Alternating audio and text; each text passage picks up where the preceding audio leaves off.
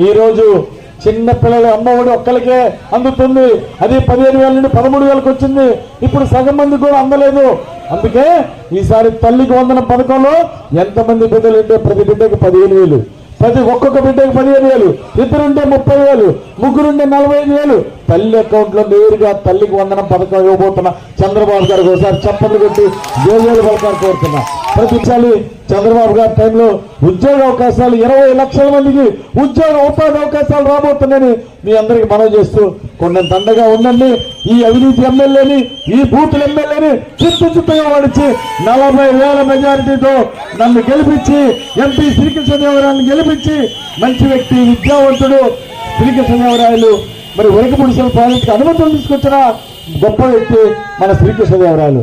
తన ప్రతి రూపాయి కూడా మరి ఎక్కువ నిధులు తీసుకొచ్చి CSR ఫండ్లు తీసుకొచ్చి మన జిల్లాను అభివృద్ధి చేసిన శ్రీకృష్ణదేవరాయలు గారికి ఎంపీగా